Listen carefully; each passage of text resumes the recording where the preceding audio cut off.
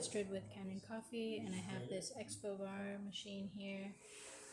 It had a broken switch, so this is the kind of the old one taken apart, and replaced that with the new one, and then just did some like a general tune-up on the machine. So this is like the old screen and the gasket, and did a back flush and descaling. So I'll just do a quick test.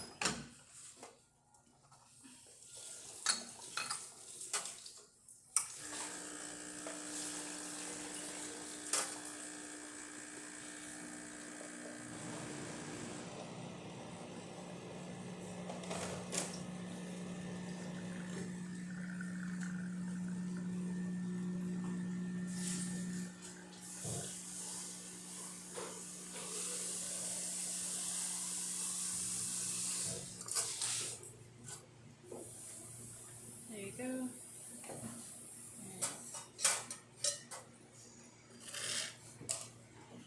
able to get hot water and steam.